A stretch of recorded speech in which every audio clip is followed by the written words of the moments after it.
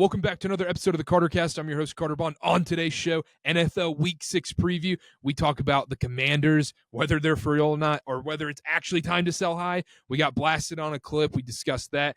Jets fire Coach Robert Saleh. We get into the Jets fallout right now. Drake Maye starting for the Patriots. Is it the right move? We touch on that as well. Under 500 teams right now. Who's going to make the playoffs? And then we also go through the entire NFL Week 6 slate. And we talk about the primetime games. We do a parlay pick at the very end, as per usual. Download SeatGeek, use code KarterKast, $20 off your first purchase. Let's get into the show.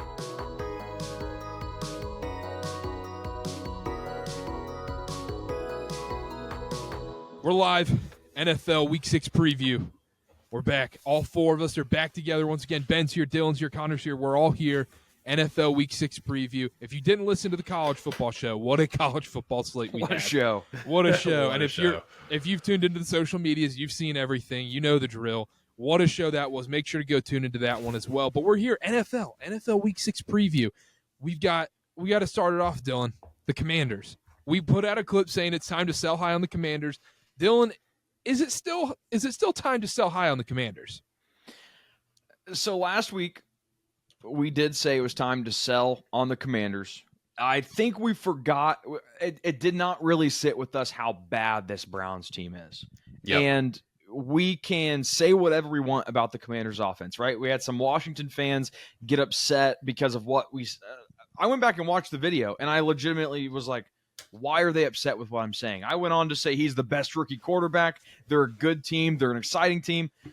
I think what the problem here is that the Browns offense and Deshaun Watson made the Commanders defense look better than it actually was. I will say I was a little shocked that the offense had as much success as they did against the Browns, but it's still, I think when we're looking at this Commanders team, there's still a huge issue with the defense, and that it's all going to sort itself out because they're going to get boat raced by the Ravens. I mean, we all agree with that, right? I mean, it is going to be absolutely awful. They're going to expose that. It's not even a fake defense. It's just a non-existent defense that has looked good against bad offenses, i.e. Bengals. I was guilty by association in that video, and it's shocking because if you scroll down... No. You said the Browns. No, I'm saying like guilty by association, like I'm with you. Like I agree with you. I thought you just said because you were in the video with me. I think guilty by association would be Ben.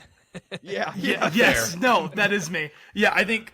Well, what I was going to say is we did write this down on the show's agenda today as Commander's apology, and then Dylan just starts out by not apologizing and actually doubling down. Who's apologizing? It's an address. Address. You're right. I thought it was apology. What I will say here about the Commanders is I thought I like the Browns in the matchup too.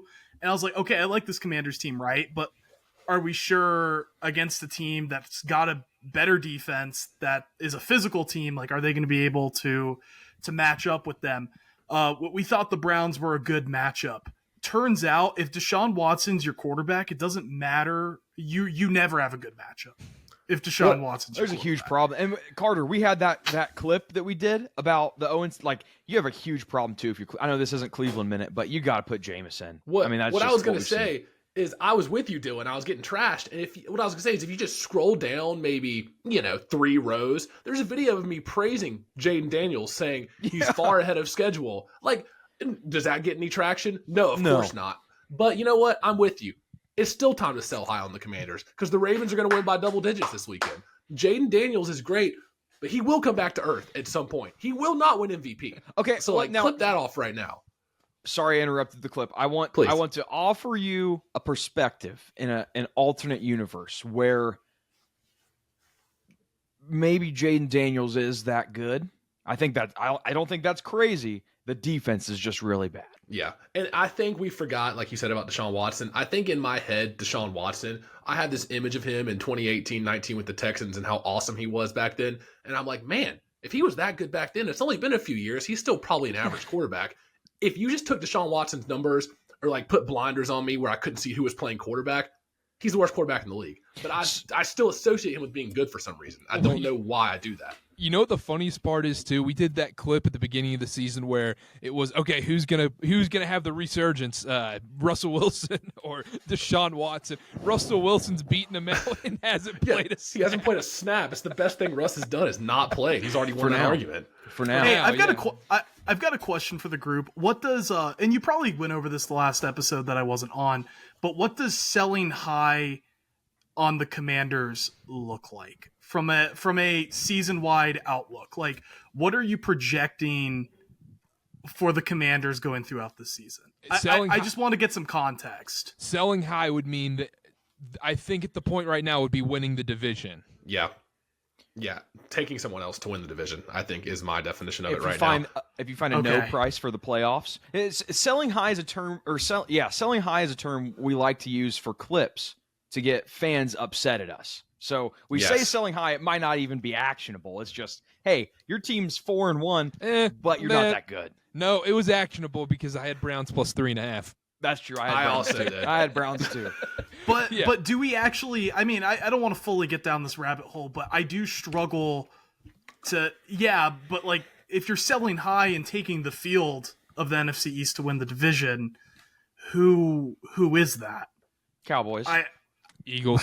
I'm dying on the Eagles train. Yep, I'm going straight to hell with Philadelphia. The schedule's too easy. I don't know. I just don't like either of those teams. I don't like them enough. The Commanders, they give me Houston Texans vibes. The defense isn't good, but you have a defensive-minded head coach who's good enough to make the defense not fully atrocious, and you have a rookie quarterback with some weapons that's able to win enough games in a weak division. I see a lot of parallels there, and I'm kind of going with that. I don't know if it's that weak. The NFC East? The Giants aren't bad. The Giants are bad. We called that about the Seahawks last week with the rest spot. The Giants had like 5 extra days of rest. They're better than we thought. They're better than we thought because they have a very strong pass rush. Their defensive line is very good.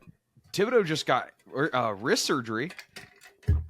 So that's gonna fall. This doesn't need to be NFC East minute. I wanted to bring up the point that the Commanders. No, that's okay. It happens. We're doing a show.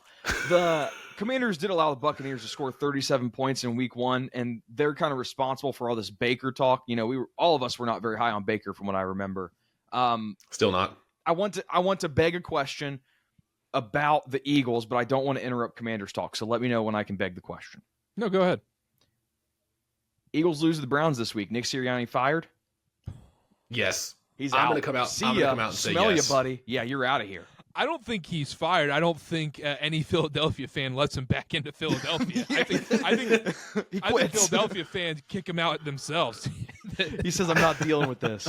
This is a democracy. I would love to see that where it's like they don't allow him in the city. He's just banned, and like the Eagles organization's like, well, I guess we have to fire him because we can't even get him in the building anymore. Like, I don't. Yeah, there's an order out by the governor or something. It's like, don't allow Nick Sirianni back in county lines. Speaking of Howie Roseman's like, okay, I guess he's fired. It's out of my hands. Speaking of fired coaches, Robert Saleh out in New York. We talked about. We had the breaking news yesterday on the college football show. So great breaking news by you, Dylan. The Jets are out of the Robert Saleh business. Nathaniel Hackett did not become the interim head coach. Ben, you can go ahead and take a victory lap if you want. Ben's over there about ready to start a fire between his hands. All that friction. I just love, we talked about, right? I said in that clip back in August, I said, okay, what happens if things go wrong with the Jets? I didn't think losing 2 games in a row, one of which to an undefeated team, just meant that it just went to shit immediately. Like, immediately. Like, they're like, well, we've got to fire our head coach, which I don't know how that fixes your offense. But, you know, we saw the Quincy Williams quote that was like, someone's got to take accountability. And, right, like, it was pretty obvious that's either an Aaron Rodgers thing, like Aaron Rodgers / offense. I kind of use those terms interchangeably. Or Robert Saleh. Probably Robert Saleh. I do think, like, I don't know. Like, I just think Robert Saleh, although I believe he's someone who isn't really fit to be a head coach. He just doesn't have the demeanor in my mind. Like, there's just a vibe about him where I'm like, this guy doesn't feel like a head coach. And I don't even mean that as an insult. He's a fantastic defensive coach. He will be a fantastic defensive coordinator in the league next year. Like, what are we doing though? He's not the right head coach for Aaron Rodgers. Also, that is like one of the worst quarterback coach pairings I can remember. It's like Aaron Rodgers has turned into he's like the NFL LeBron, where he just gets to be like, well, I don't like this coach. So give me a new one. We say that, and I am as anti Aaron Rodgers. I think he's a diva. If he doesn't get his way, he complains. But he's only had 3 head coaches in the 20 years he's played.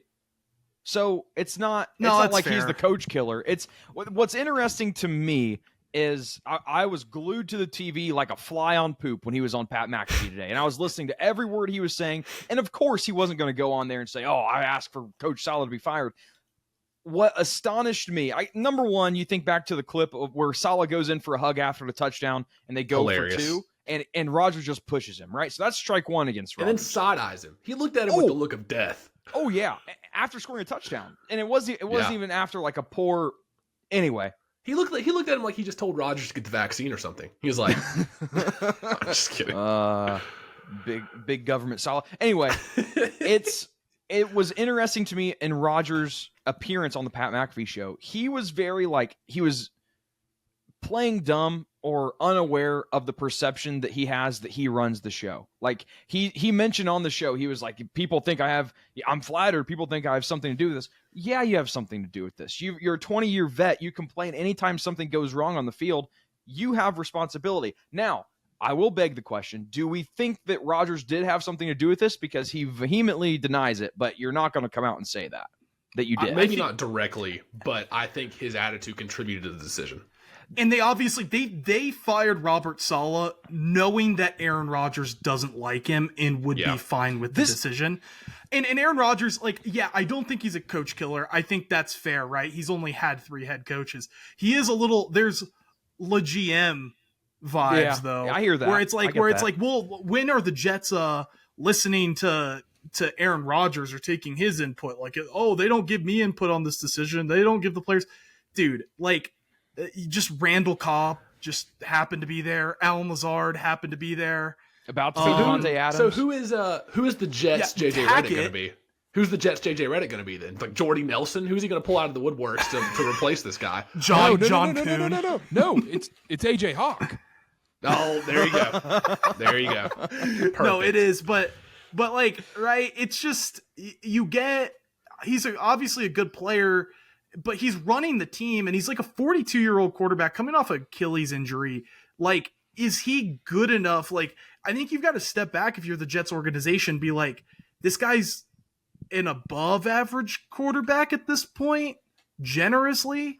Not a top 10 guy anymore. I think that's gone. And it's like, I don't know, would you hand over the reins and be like, all right, Geno Smith, you're the GM.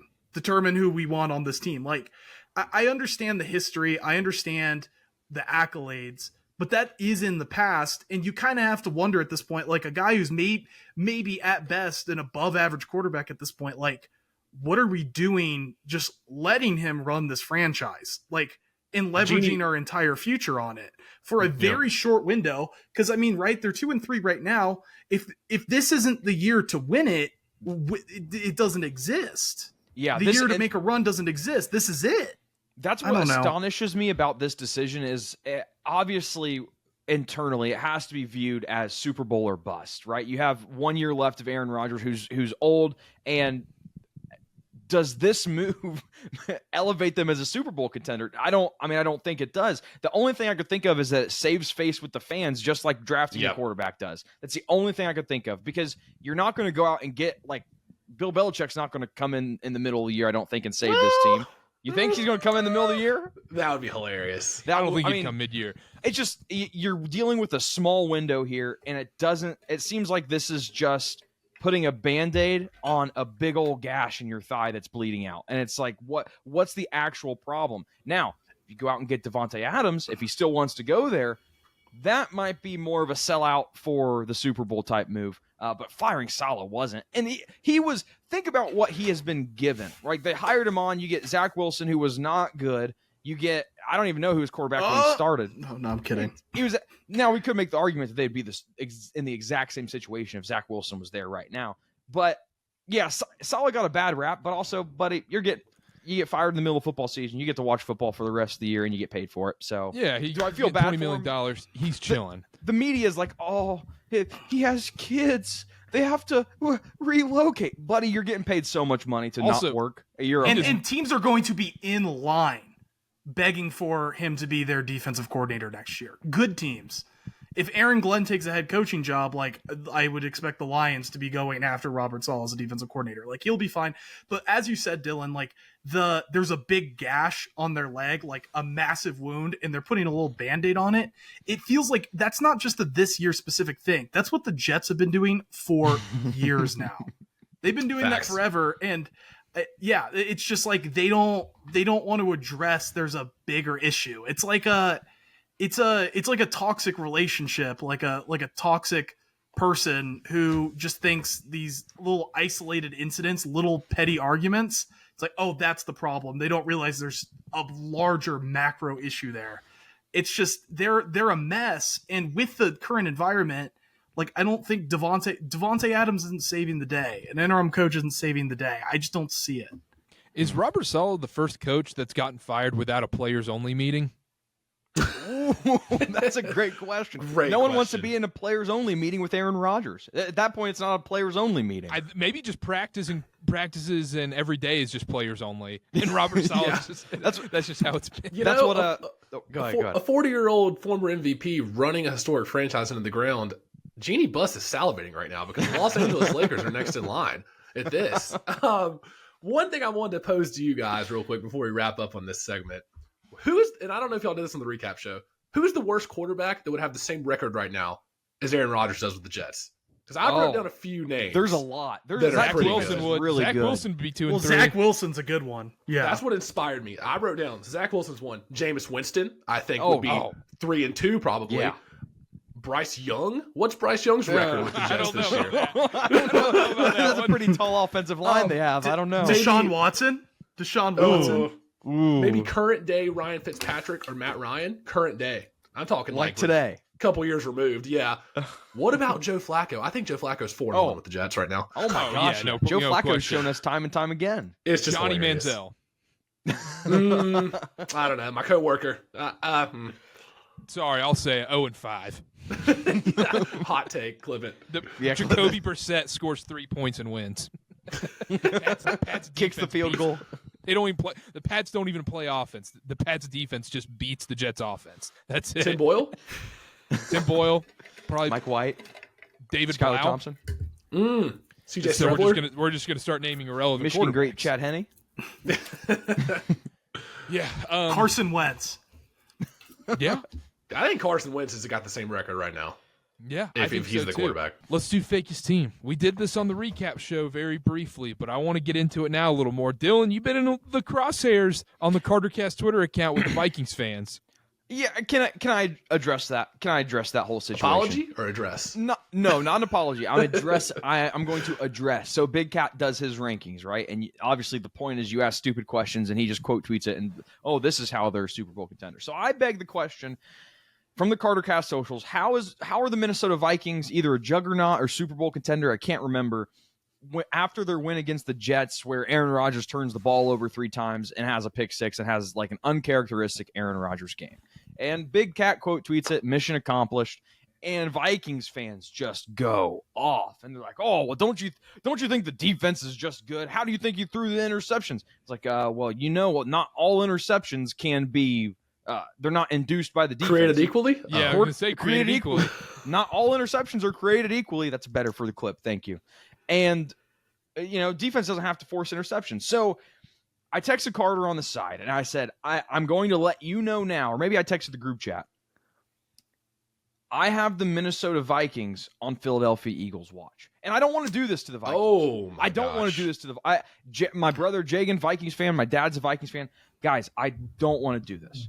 But they are the second luckiest team and Action Network's and Nick Giffin's luck ratings, there's a lot of indications that this Minnesota Vikings team might be equal to the Philadelphia Eagles team that was 10-1 last year. I've asked this 3 times now. Sure. Is the luck rankings just turnover margin? No, it's not turnover margin. It's how it certainly many sounds like it. Who's number 1? I mean, turnover Texans. I don't know how many turnovers they have off the top of my head. It's more than that. It's, you take into account like missed field goals, short missed field goals, fluky plays. It's probably something with like net success rate, if I'm being completely honest with you, how efficient offenses and defenses are. But with that being said, I'm not taking the Philadelphia Eagles 10-1 stance yet. The Vikings are on watch. On your radar. They're on my radar, but I am making them my fakest team up to this point. I said what I said about the Action Network luck rankings. Sam Darnold, I was high on the train, but after diving into some stats, he might be a play action merchant. And if that London game was not inspiring. That Jets defense dominated them in the second half. They were dealing with short fields the whole game. And I already see the Carter's face brewing over there. Oh, but the Jets are a good defense. No, it's even better. What? Remember the last time you called someone a play action merchant? As Quinn Ewers, yeah, and Michigan ended up being a really bad team. That's what I can say. I don't think the Jets are a bad team. Okay, then I don't think the Vikings are fake though. I don't think they're number 1 seed in the conference good, but I don't think they're frauds. I think there's a middle ground that we're going to get to with them. I think they're 5-0 right now. I would not be shocked with 9-8. That wouldn't shock me. Make the playoffs as a wild card. That would not shock me. Play action merchant. Aaron Jones has a history of injuries, and he even got banged up in the game last week. So if Ty Chandler's your starting back and opposing teams don't respect your run threat, play action, all it does is give the defensive line more time to get to your quarterback. I am worried about the Aaron Jones injury. I think that's a bigger concern than what Vikings fans are thinking about, because they're like, oh, Ty Chandler, he's been great, but I think one without the other is a big problem for them. It's like Pollard without Zeke. Exactly. Or Pollard without anybody. Well, he's been great with Tajay Spears, you're saying. But this is not Titans Minute. Aaron Jones has had this injury all throughout his career. I couldn't tell you the last time he's played a full season, and that's going to get clipped and then be like, oh, we played a full season 2 years ago. I don't know off the top of my head, but it feels like he's always missing games for some kind of injury. And if he's out and Ty Chandler's your lead back and defenses don't respect your run threat, you want to add on top of that, this is going to be like, oh, well, this should go in the Vikings' favor. They've played with leads almost the entirety of the season, and I've said it on here before. 2 minutes left. Do you trust Sam Darnold to drive your team down the field for a win? And right now, we don't have data to say, yeah, I trust it, because he's done it before this year. So I'm going Vikings as my fakest. I used that same argument in the playoffs last year with Mahomes, and you said it doesn't matter. The defenses. Reword that for me. So you said that about Mahomes. Do you trust? I said him? Mahomes. I trust Mahomes. 2 minutes left in a playoff game more than anybody else. That's going to be the difference in these playoffs. And you said it doesn't matter. He's going against a better defense against the Ravens. Yeah, I was wrong. It happens. Okay, nice. I like it. I mean, what do you want me to do? It happens. Okay, all right, perfect. Go ahead, Connor. Well, I was just going to ask real quick, Ben, as a Lions fan, how much of a threat are the Vikings to you winning the division? Like at this point, them being 5-0, do you think they're real, or do you think the Lions are going to come back and steamroll the division? I think the Lions come back and win the division. Like I think the Vikings cool off, but if they're 5-0, right? I'm not discrediting them. I think like as a Lions fan, like I think it's kind of like, right, we have to respect this. You can't not, because they keep winning, but we've seen enough of a sample size. But like I think if you talk to most Lions fans, I think Lions fans believe this Lions team's better than the Vikings are and will win the division. So and I'm there with them. And think Green Bay is a bigger threat long term in the playoffs. That's a good hypothetical right there. Are the Vikings or the Packers a bigger threat to the Lions for the NFC North? Well, I think like Lions fans, and this is going to sound like this will get clipped and it'll sound cocky and whatever, but like I think as a Lions fan, like I'm trying to determine who the threats are in the conference right now. So all right, so let me paint you a picture. Yes, Lions home field, playoff game, and they have to play either the Packers or the Vikings. Who are you more scared to play against? Because that Vikings defense and their blitz rates are a little bit scary for Jared Goff, if you be honest with you. Yes, but it's tough. I've got to say the Packers just because I do believe in Jordan Love more. Still. I mean, that can change over the course of the season still. And I do. Minnesota's defense is real. That is real. But and you've also got to take into account there is a Packers battering like syndrome that Lions fans have. Like, we're just scared of that organization. Can I ask the bad a question? man's gone, but still. Yeah. Can I ask a question? Is the Vikings defense that good? Is it? I'm serious. Is it? Because look. I just tossed that lure in the ocean and then just started reeling it back in. Is and it? Dylan's face just dropped. Guys, they blitz a lot, but they have the 5th lowest pass rush grade. Like, and you look at the teams they play, the Giants, 6 points, great. Giants offensively aren't much. We talked about that briefly before the show, but the showing against the Seahawks was a fluke. Texans holding them to 7, I would say that's a pretty good performance, but they were missing 2 running backs. They were completely one-dimensional that whole game. You let the banged up 49ers score 17. You let the Packers score 29, and you let the Jets score 17 with 3 interceptions. That Packers game, asterisk. Oh, because also, they were up 28-0, and they was just playing prevent covers the whole. That's and fair. also, Fair. banged up 49ers is rich, too. The only offensive player that was out was Christian McCaffrey. That's banged up. One of the best players in the league? 17 points is nothing on that Niners team. Okay. All right. Yeah. I'm just saying, a lot of people, and I was guilty of this too for the first half of that London game, saying, oh, Brian Flores masterclass here. And I looked into some of the data. I don't know. Maybe we slow down a little bit on this great Vikings defense. It's unfortunate that they don't get to play this week. They're another team that's going to benefit greatly from another bye week, being undefeated, going into a bye. Isn't that just fantastic for them? Other Fakest team I wanted to bring up, mine's the Seattle Seahawks. I don't see it with this team. You can say, oh, they're tackling better. Are they? Or did they just play 3 horrifically bad teams in the first 3 games of this season?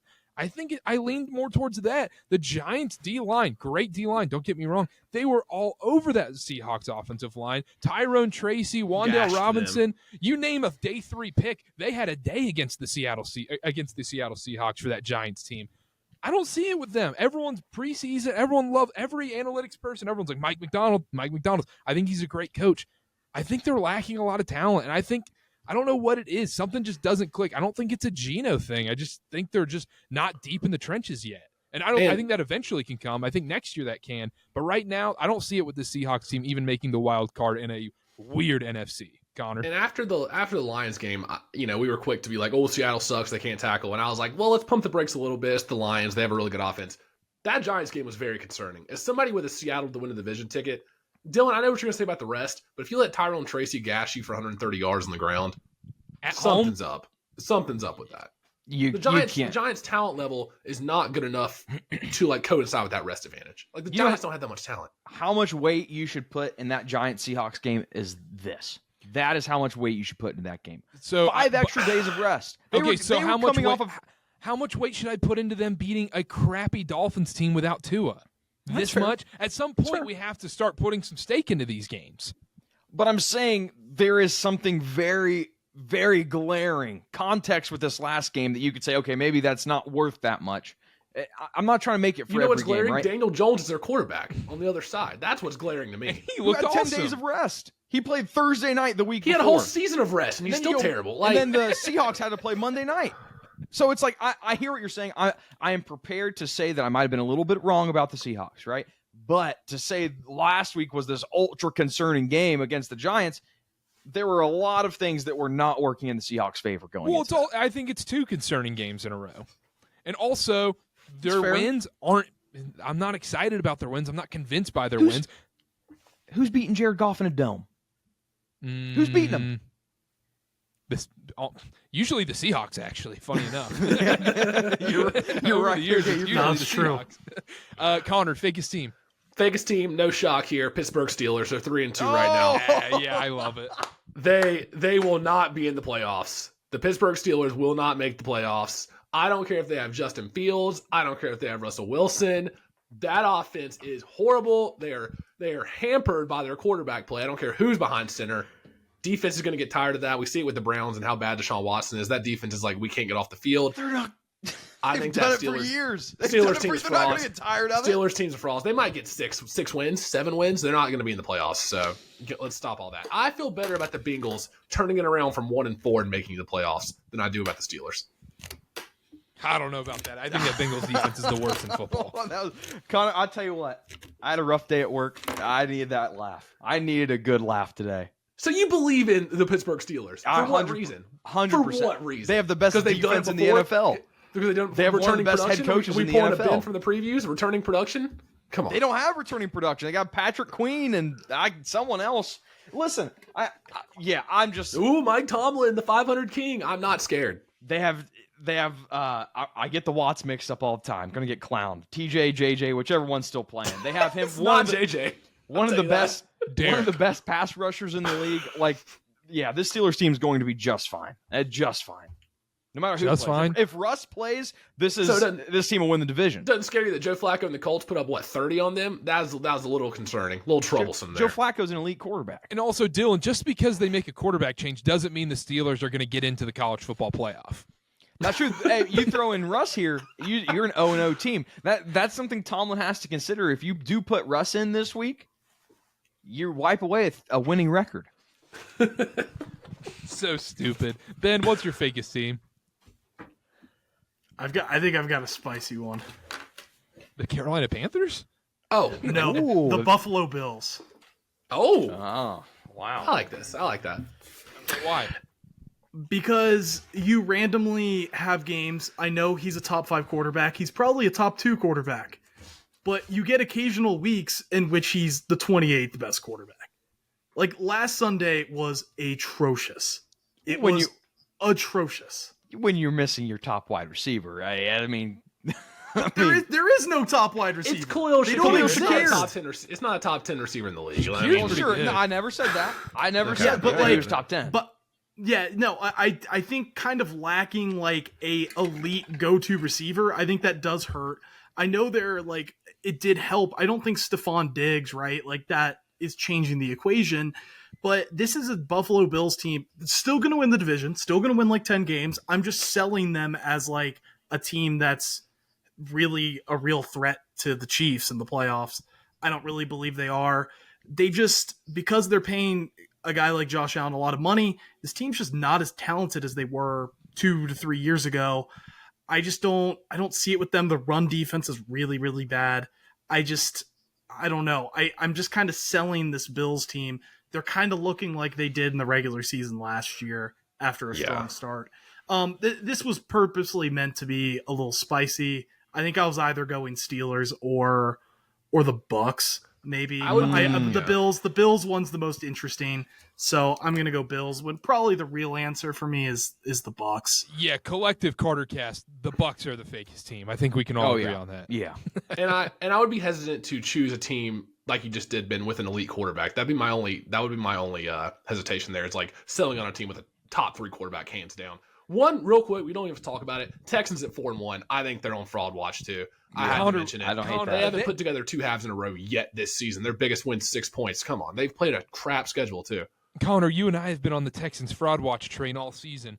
We're getting burned every week, dude. Dude, they blew a 17-point lead to Buffalo. They gift wrapped them that game. Josh Allen and Sean McDermott were like, "Here you go, Kyrie Fairburn. Hit a 60-yarder, which is like a 40-yarder to kickers in today's game." Every team has had a chance to win the game on the last possession, and they just choke. Shocking. Caleb Williams can't do crap against this. Like, no one. I don't get it. And then they finally go against a great Minnesota Vikings defense. Maybe the best in football Minnesota Vikings defense. And dominating. I love it. Drake May starting. Drake May is starting for the New England Patriots. Is this the right move, Connor? I think this is the right move at the wrong time. Because here's what I wrote down. You want to hear something like this? Patriots O-line, highest pressure rate allowed in the NFL, 48.3%. And that is partially due to Jacoby Brissett sitting in the pocket all day. But still, not a good number. Texans generate a league best pressure rate, 42%. Defensive end Daniil Hunter, NFL leader with 29 pressures. You're throwing Drake May to the Wolves. And I get it. Like, Jacoby Brissett's been terrible, but why don't you play him last week against the Dolphins without Tua? Why don't you start him against a bad team in his first ever NFL game. I think this is the right move at the wrong time. And I think Drake Maye rush yards is a max play for me. Yes, I think Drake love it. Maye rush yards is a max play. Quick 10-second analysis on that. 2 years as a UNC starter, almost 1,200 yards on the ground, 16 touchdowns, 44 rush yards a game. And this is his first start. That means he's going to tuck and run earlier than he should because he doesn't want to get sacked. He's known for extending plays. Give me Drake Maye rush yards. And that includes sacks in college. That dude was getting sacked left and right. Yes, that O-line at Carolina and Chapel Hill was horrible, especially that last year. So I love Drake Maye rush yards. He's going to tuck and run as soon as he feels a little bit of pressure from this league-leading Texans defense. Yeah, I 100% agree. I think it's the right move at the wrong time.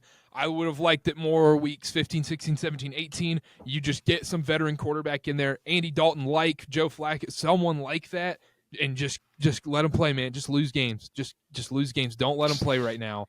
And I do think, I asked Patriots fans this, shout out Chase.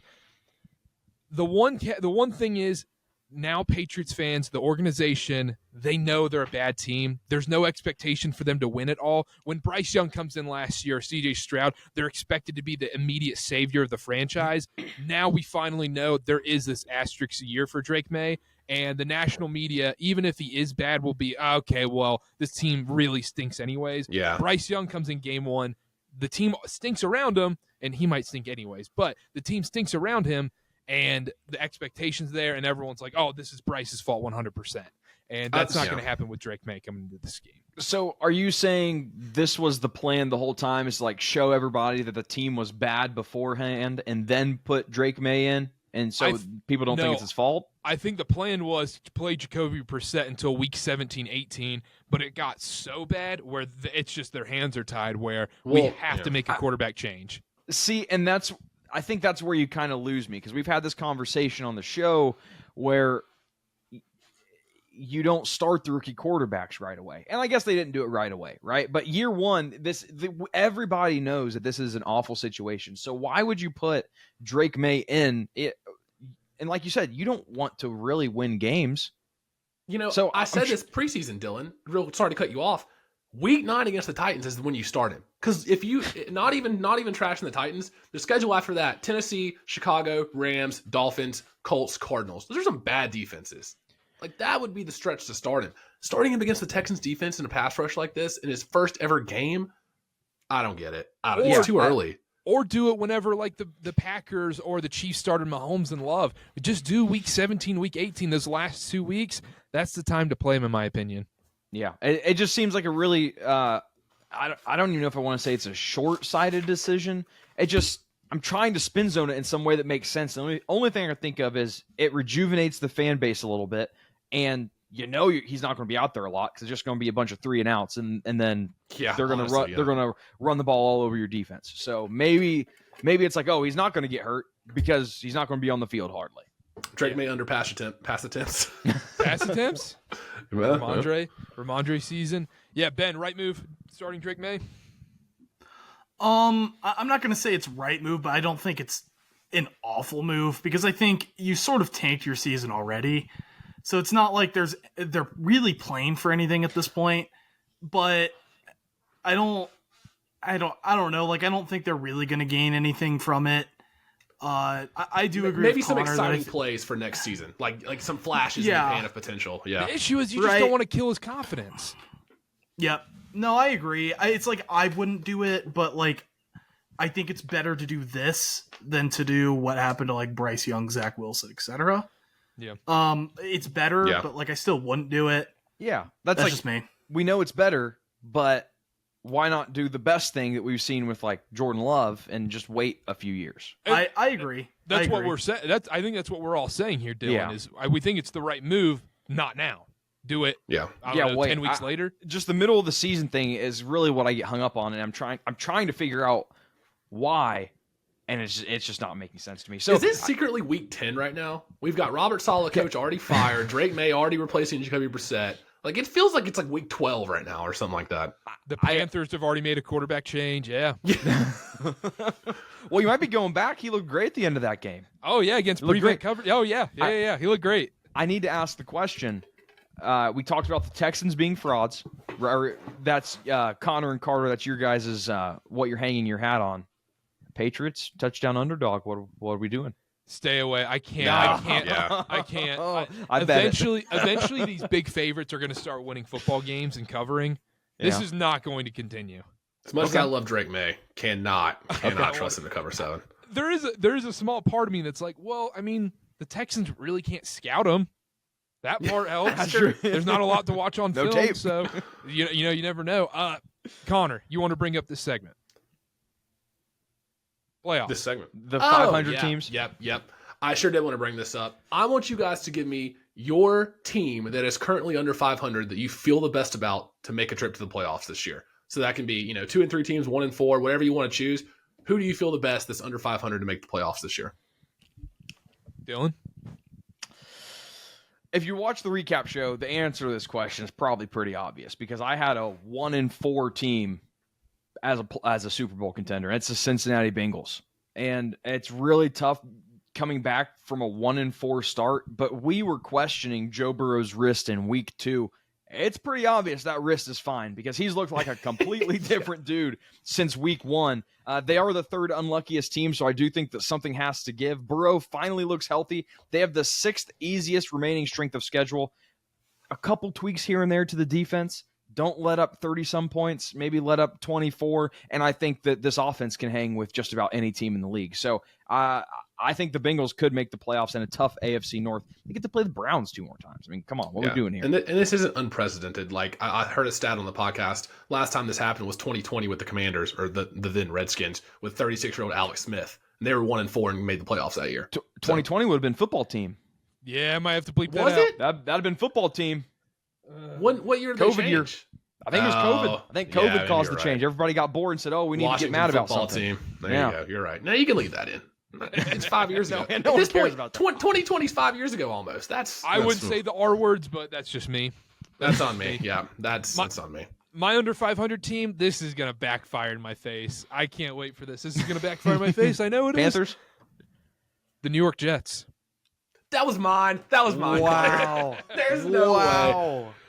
The New York Jets, no one on this planet loves interim coach teams more than me. That's I think true. interim coaching is the way to go. Just always have an interim coach. Never actually hire the guy. Interim coaches and dogs. That's Carter's recipe for success right there. It's not even just that. They have the 5th easiest remaining strength of schedule. Listen to these teams they play. Patriots, Jags, Rams, Cardinals, Colts, Dolphins twice. Those are 7 winnable games. They go 5-2, 6-1 in that stretch.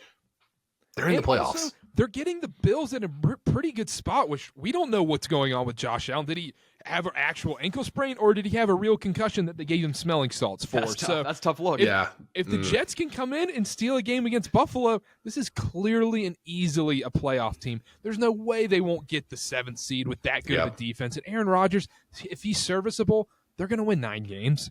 And who loves a narrative more than Aaron Rodgers? What if, as much as we've shit on him this episode, what if he's like, you know what? This is an FU rest of the season. Robert Saleh's gone. Everybody's hating on me. We're back. I will say, if Aaron Rodgers likes to do anything, it's make people look bad. And this is the perfect opportunity to make Saleh look bad. Yeah, it is. I also think like if you really look at it, obviously the AFC is much stronger than the NFC. The NFC's deeper with teams where you're like, ooh, that could be a wild card team. Ooh, that could be a wild card team. A lot of like 8 to 10-ish win kind of teams. Whereas the AFC's a lot more top heavy. You go past the division winners and you're like, who are the wild cards here? There's a lot of trash. Because I don't know. The Steelers. Yeah, I agree. So it's like, it feels like Bengals, Steelers, Jets, maybe the Chargers. No, not the Jaguars. If Joe Flacco takes over for the Colts the rest of the year, I'm kidding there, but like I think that is doable. It's very doable for them to make the playoffs, even though they're kind of a mess right now. What's your under 500 team, Ben? This might be too easy. I'm surprised none of you guys did this. Like, it's as a Lions fan, I'm still. If you're telling me who is the NFC team that could keep you from the Super Bowl, it's the 49ers. Yeah, I don't want to be too answer. obvious. Yeah, that's the right answer. We tried to get It's the right answer, and they feel like a 10. They feel like the team, kind of like Buffalo was last year, or like maybe even Cincinnati a couple years ago, where they're kind of quiet during the Kansas City last year, even, where they kind of limp through the regular season. We kind of predicted this, in the preview show too, that they would be really kind of iffy. I think they're able to get. I can see a world in which they're 10-7, win the NFC West, make it to the NFC Championship game. I'm still not like buying this team like really as a Super Bowl contender, but it's just I can't discount them. I can't rule them out. I think they have the ability to turn it on and be a top 5 team once they get McCaffrey back, if they get McCaffrey back. But I don't think this is an under 500 team. I think this is a playoff team, likely a division winner, and likely a team that's going to win at least a game or two in the playoffs. Yeah, no, the Niners is the correct answer, but it felt too easy to me. You know, you got to get cute. You got to go Jets. You got to go Bengals. You got to go Panthers. Titans. But since you guys were all being cute with it, I was like, okay, I'll do it. Yeah, somebody's got to be the voice of reason. Yeah, get some credibility on this show. It's usually Connor when Dylan and I are talking, but you know how that goes. Let's talk about some primetime games. So we're going to go through the primetime games first, and then I'm going to quickly steamroll through the NFL slate. Let's start off Thursday night. We've got Niners versus Seahawks. The Niners are currently a 3.5-point favorite in Seattle right now. Dylan, what are your thoughts on this game? Thursday Night Football, we talked about the Seahawks a little bit. I might have been wrong about them, but again, I don't put too much stock into their loss against the Giants last week. Both these teams are top 10 in forcing quarterback hurries and pressures. 49ers have some serious red zone trouble, only scoring a touchdown 41% of the time. Bottom third of the league. This is a 49ers team that red zone offense is usually pretty good. I'm not taking a side. I'm going to go under. I'm going under primetime 49.5. Thursday Night Football, Al Michaels snooze fest. He's not going to be eating his vegetables. Ben's going to be there. Going under. Not Ben. Not this Ben. No. Ben Hammond won't be there, but then Ben the dog will be there. Yes. We had to make that clear. Breaking, like Ben Hammond will not be at Thursday Night Football on the West Coast. Can Dylan about make this... a graphic for that, please. We'll get that out there pronto. This is the overreaction game of the week, I think, because it's a prime time. It's Thursday night. It rolls into Friday daytime TV, where both these teams are a little bit on the fringes right now, where it's kind of like, oh my gosh, okay, the Seahawks, you lose 2 in a row when you actually play above not terrible teams, and the 49ers, they've looked kind of shaky, lose to the Cardinals. The loser of this game is going to get talked about. Oh, this team is terrible. This team's going to be the worst team ever. And one of these teams is going to have a get-right game for them. Give me the 49ers in this spot. That Cardinals game felt a little fluky. The Giants game didn't feel fluky to me. So you can say the rest advantage didn't feel fluky. Connor. You can talk about rest advantage. This is Seattle's, third game in 11 days. Not great. And short week usually scares me with a team like San Francisco that, you know, those guys wear around those questionable tags like every single bunch of day. Red Qs on their depth chart. Red Qs painted on the field almost. But you know what? Short week. I'm not too concerned here because I think this is a get-right spot for the 49ers. I am going to take away some of the Seattle Giants game. I'm going to have some takeaways from that game. And if you let Daniel Jones torch your defense like that, what are you going to let Brock Purdy do? I think some of these 49ers weapons are going to have a huge day. They let Tyrone Tracy run for 130 yards on them. Jordan Mason's going to have a game. I think this is a primetime buy low spot on the Niners, and I'm taking them -3.5. Denver and New England both scored 20 against the Seattle defense. Why can't the Niners? Niners team totals 26.5. That's one of my favorite plays. And I also like George Kittle over 47.5 yards because Seattle has been very susceptible to tight ends. Kittle questionable. If he plays, I like him. Okay, all right. Yeah. He's been questionable since birth. I'm just letting the people know. Carter. Establishing credibility. Longest reception. Don't hate that either. But I like the Niners here. I don't like that longest reception bet because then I'm like, I should have just taken the actual receiving yards because then you get an 18, 19-yard catch, so you get screwed right there. What if you get the Rashid Shaheed treatment where it's one reception for 80 yards? Yeah, that's the key. You got to get a guy like that. 50, I guess. 8.5. Yeah, Spencer Rattler. Ben, thoughts on this game? No, I'm with you guys. Like, this feels like a San Francisco 49ers come back and win this game. It'll serve as a reminder of like, we're still here. They're still going to have roadblocks. They're still going to lose some games that I think they shouldn't down the stretch, but this feels like slightly of a get right game and at least keeps them in the mix at the top of the NFC West with Seattle. That gives them the lead, right? At 3-3 if they win this game. Yeah, they have a tiebreaker. Yeah. Gross. Yeah, no, I think the 49ers, as we said before, they're going to kind of stumble in as the NFC West title winner. Even if I'm just sort of like not super confident in them as a regular season team right now. I like the 49ers. I like the 49ers to put up points, especially with a lot of Seattle injuries from the last couple of weeks. They're very banged up, especially up front.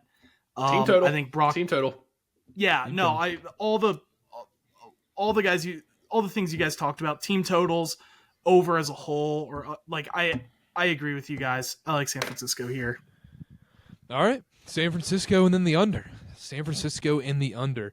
The London game. We'll go quickly through this one. I don't have a lot on it other than this is blind. I always take the Jags in London.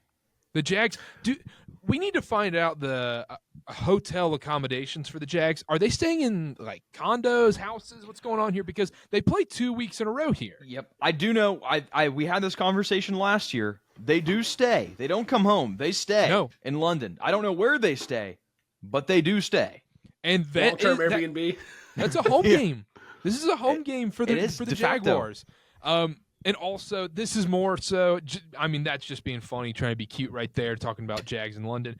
The real thing is Caleb Love and that Bears team put up fake offensive stats against one of the worst teams. Caleb Love, huh?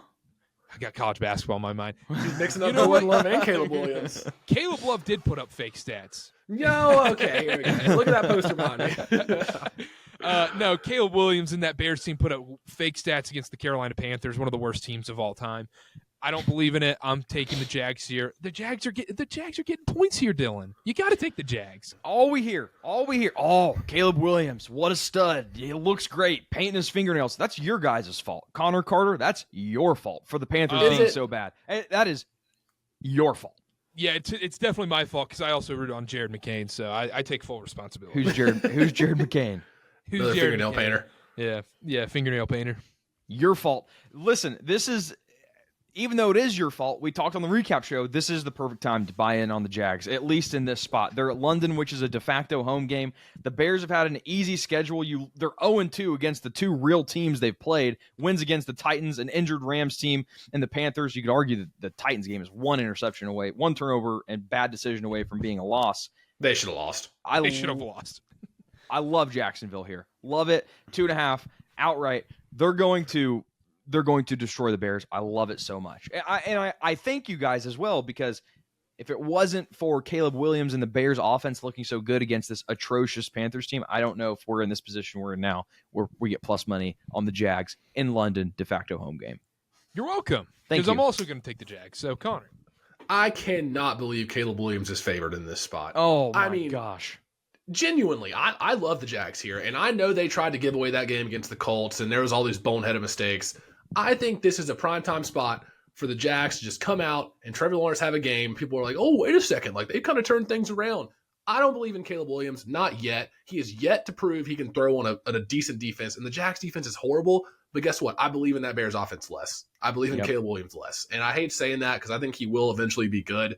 But this is one of those games. I don't know if there's a line out there on a sports book that has total turnovers, but this just feels like a 6 turnover game, 3 red zone picks, a botched punt, a fumbled kickoff return. Just something stupid's going to happen in this game. So I was about to say I like the Jags and I like the under because I think there's going to be a couple of red zone turnovers. Lunder hit last week too, I think. Lunder did hit last week. Lunder did hit. I live bet the Jets money line and Jets plus 10 at halftime. So not a bad pick. I bought in. Ben. I just can't, I'm not going to add a ton of analysis to this game. I can't fathom how this Chicago Bears team would end up being 4-2. So for that reason, I have to go the Jags just because I don't know, this Chicago, if we were talking fakest teams, Chicago Bears would have been up there with Denver, but I almost didn't count them because I was no one thinks they're real. I had Denver on my list. I was like, nope. No, no one thinks they're real. So it's I didn't really have a reason to put that. Yeah, but as we talked about, all the jokes aside, I think, the Jaguars are comfortable playing in London. They've done it multiple times. Whereas Chicago, they don't do that as much as the Jaguars do. No one does. I like the Jags here. I also just think like the Jags are better than their record. Weirdly enough, I'm still kind of dying on that hill. The Bears are definitely worse than their record. It's going to be kind of a home game, as Karter said. I like the Jags. I also don't think there will be a ton of scoring either because I kind of believe in the Bears defense a little bit, and I don't believe in the Bears offense, so I think this is a London game for sure. Love it. If London. Caleb Williams struggled to play in Utah, what the hell do you think he's going to do in London? He struggled to play in Utah in college, so what's he going to do in London? I think it's tough to play in Utah. I think it's tougher to play out in altitude. Oh, well, Provo at night is probably more tough than What about London. Autzen? Yeah, I would actually say it is. I've been doing some homework on Otts and some more homework. There's no Turns way. out, might be a tough place to play. That's the 11th ranked hardest stadium on NCAA 25 if we put any credence Crowd into that. volume up there. What pisses me off about that game is I'm on my dynasty. I'm playing at Duke. And it's like, oh, your guys can't run routes. It's too loud in here. Yep. Brother, I've been to multiple Duke games. It's never been that loud. Dude, Wallace Wade gets bumping, Carter. I don't know what Brooks you're talking Field, about. let's go. My goodness. Bengals Giants. Bengals minus 3.5 on the road at MetLife in this game. Look, this is Bengals defense versus Daniel Jones. Like we're gonna see poop versus poop. A stoppable force versus a movable object. Yeah, That's there what it Jags is. defense versus Caleb Williams. We got the same thing in London. Yeah. Yeah, poop. I'll be quick on this one because I don't have much analysis. I just do think, and I know I've said it 5 times on the show already, is I think people might overreact to the Giants' win against the Seahawks. Oh, are the Giants actually good? They didn't have Malik Neighbors. They beat 3-1 Seahawks team. Again, that really just boils down to rest advantage in my mind. When I saw Bengals 3.5, I was like, what in the world is going on? So I took Bengals here big. The offense is humming, and I don't think this Giants offense is going to have as much success on the Bengals defense as some of the other Bengals opposition has in the recent weeks. So I go, it's all Bengals here. Man, can I talk to the person who thought it was a good idea to put this on Sunday Night Football? You know what? It's just an awful game. It's a better game. It's a better game than we thought it'd be like coming into the year. The Giants are at least That's true. closer, No, at that's least true. competitive. Yes, I think which is why I'm asking the question as to why. Some will it's on say Sunday night. it's better than Lions Cowboys. I won't say that, but some will say. Ooh. Who's saying? Well, I'm not one. Who's of saying them. No that? one's saying. No. I'll be quick here. I Yeah. like the Bengals too for everything Dylan mentioned. Connor. Give me the Bengals minus 3.5. Bengals top 10 in total yards per game, pass yards per game. Obviously, that big game against the Ravens. Giants have a middle of the road pass defense. I'm trusting the talent gap and the talent disparity, and I'm not putting too much stock into that Daniel Jones over Seattle defense last week. So, Ben, at least in quickly. this regards, for the Giants offense, I did talk about that with Seattle. So, I agree, and I have nothing more. We can move on. All right, also I love it. must win spot for the Bengals. They're 1-4. If they want any chance to make the playoffs, they need to have a convincing game. Absolutely kitchen sink. must win spot. Yeah, kitchen sink game. Lions, Cowboys, Lions minus 3. We're going to skip the Monday night game. If you want to hear our preview for that, make sure to tune into the Sunday recap show. Lions at Cowboys, Lions minus 3, over under 52.5 in this game. I don't know. I don't know this one. I want to take the Lions, but I don't want to take them on getting points on the road. Or At home. Yeah. Wait, what? Lions on the road. Lions on the road, yes. Yes, okay. But it's a dome. It's a dome. It's controlled, climate controlled. Who's starting? Jared Goff. Who's starting with the analysis of the game? It's going to have to be you, Dylan. I think it's going to have to be you right now. Death, taxes, betting on teams before their bye week. I love it. I'm addicted to it. I love doing it. The Cowboys are looking ahead to their bye week here. The Cowboys 5-0 against the spread in their last 5 games before bye. 4-0 with Mike McCarthy as head coach. That's obviously a given. Home dogs heading into the bye. 32-17-5 against the spread since 2015. Look, everybody's out on this Cowboys team. You see the goal line interceptions. You see the issues with Dak. I'm not buying it. I love the Cowboys in this spot. I think that I'm starting to sound like the national media here, but I really do think that this Cowboys team is undervalued. Ben, it's nothing against the Lions. Give me the Cowboys here plus 3.5 ahead of the bye. Lions might come out and get a little hibernation slumber from the bye week for the Lions, even though the Lions don't hibernate. I'm taking the Cowboys here.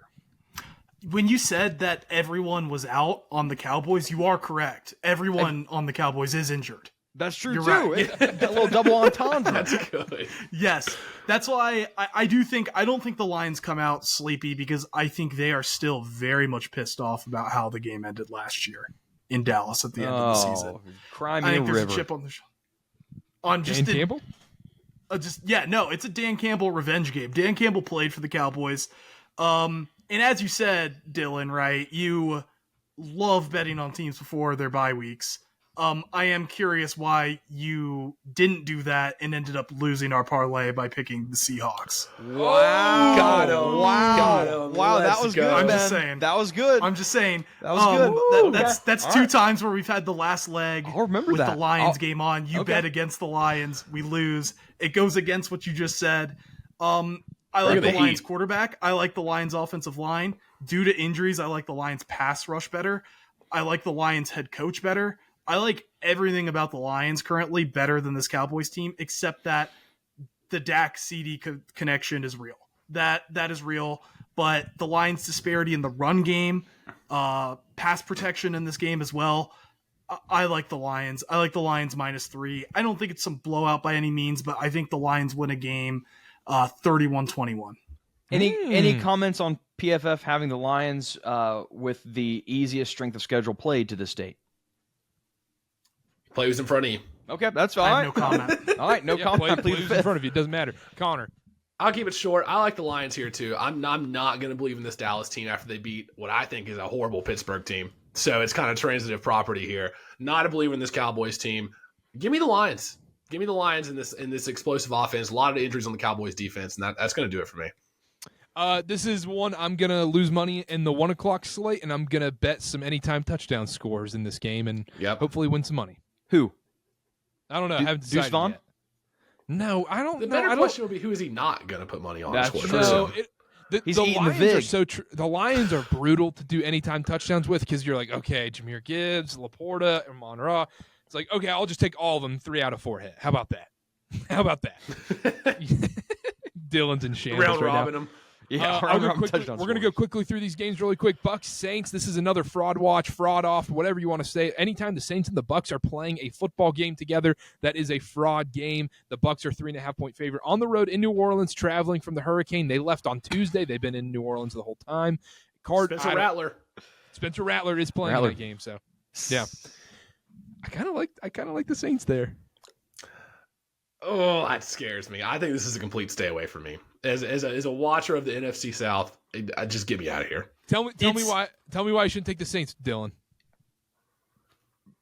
It's the same exact situation as the Giants Seahawks last week. The Bucks have 10 days of rest. The Saints have 5. And backup quarterback. Fair And point. backup quarterback. And I'm going to do a shameless plug. Spencer Rattler's got a whole year of rest, though. He's got a lot of rest. He's got a lot of rest. He's got a couple years. A lot of rest. Shameless plug here. If you don't, the kickoff show does not do numbies, and it's because it's at 8 a.m. on a Tuesday. I totally get that. But if you listen to the kickoff show, we got 5-star Bucks -1.5. It's at 3.5 now. So if you don't listen, set your alarms for 8 a.m. This is a 5-star play for me, even at 3.5. It is a fraud off, but same situation as last week with the Jets and the Seahawks. Bucks all the way. They have the rest advantage. Spencer Rattler. That's all I got to say. Yeah. I love it. Cardinals, Packers -5. Game is in Green Bay. Cardinals coming off a big win.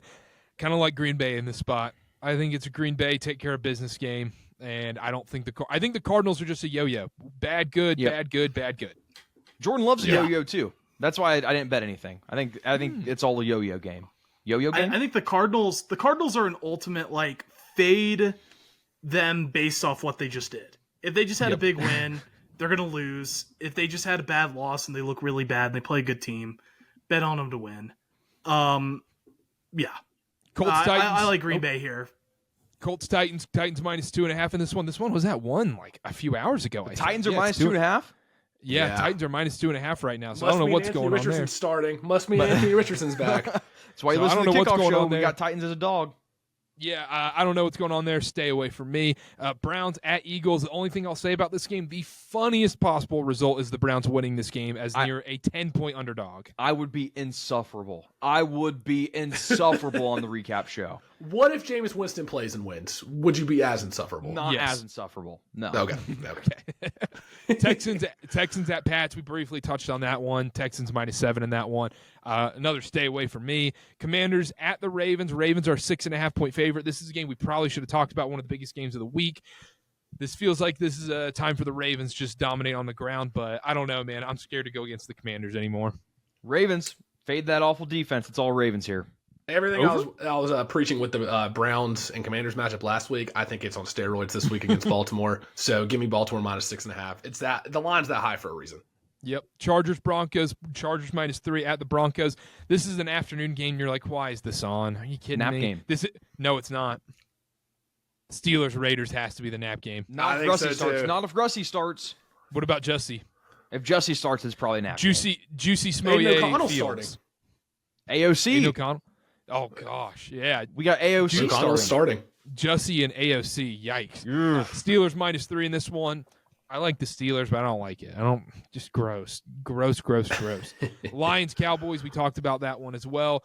Panthers, Falcons, yuck. Once again, just a poop game. This is one where the Falcons come out sleepy, and they're going to dominate on the ground, so Falcons are going to win that ball game in the Bay. Oh, you like the Panthers? I like the Panthers here. I like the Panthers here. Against your boy Kirk? I love Kirk. He's been great. G. Kirk, a little swag and surf action, but I don't know. There's something that tells me home divisional dog. Divisional dog of 6. Okay, fine. I'll take the Panthers. Money line. I'll take the points and the money line. How about that? There you go. Perfect. How about that? All right, that's it from us. Before we get out of here, parlay picks. Connor. I'll start here. We are getting in the mud. We're getting in the weeds. These low totals have been so good to me this year. We're going Chargers Broncos under 35.5. Yes. One of my favorite picks of the week. I love it. I got it at 37 as soon as the line opened. I still love it at 35.5. Both top 5, both defenses top 5 in opponent yards per game. Both defenses top 10 in opponent pass and rush yards per game. Both defenses top 6 in opponent yards per play. This is going to be a classic 10-6 game. I can't. I love it. Oh, I love it. Ben. And if Herbert gets injured, you got a backup coming in. Herbert always gets injured in these games. I'll go real quick. Bucks -3.5. I understand it's not the best number you could have got, but the rest plays it's a huge part here. Spencer Rattler. I don't trust it. Buccaneers -3.5. Ben. I'm go Detroit Lions -3 for all the reasons I mentioned earlier. Wouldn't it be funny if the Lions blow the parlay this week? The Lions are just the parlay killers. Would be really funny. That would be really funny. I think this is a good pick. Or if Spencer Rattler blew it, that'd also be funny. That would also be come funny. on. That would be funny. That would be funny if Spencer Rattler if Rattler puts up 400 the yards on the coming to Bucs. Mahomes. Someone did say that in my comments today. He said, "Well, Mahomes wasn't great in college." I'll say, "Okay, so we're already saying that Spencer Rattler's on the same level as Patrick Mahomes." Okay. Ben, the only analysis you needed is Dylan's faded the Lions and lost the parlay 2 weeks in a row, so now we're backing the Lions. Surely it's got to hit. Surely. We're due. We're due. We're going across the pond, Jags money line. I love it. I love every single play except Ben's. I love it. Well, you got to play it. I'll play it. If I have a boost or a risk free, I'll play it. You got to play. All right, that's it from us. Make sure to subscribe, rate, review on YouTube at KarterKast on everything. Follow us on social medias in the episode description below, or you've seen it on the page right now. You're watching on YouTube. You see it flashed up. You're like, ooh, Ben Hammond. I'll follow. Ooh, Dylan, Carter. I'll follow. Make sure at KarterKast on everything. Thank you so much. If you didn't check out the college football show, make sure to go tune into that. We'll be back Sunday night. Potential Saturday night recap show. Dylan. Nope, that was just me pointing to the imaginary college football video that's popping up on the end screen. Right. Yep. Right. Where I'll be right on the screen. There. All right, that's it from us. Bye-bye.